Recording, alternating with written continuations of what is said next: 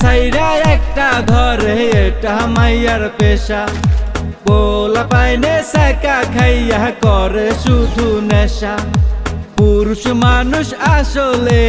অনেক বড় বোকা রূপ দেখিয়া প্রেমে পইরা খায় শুধু ধোকা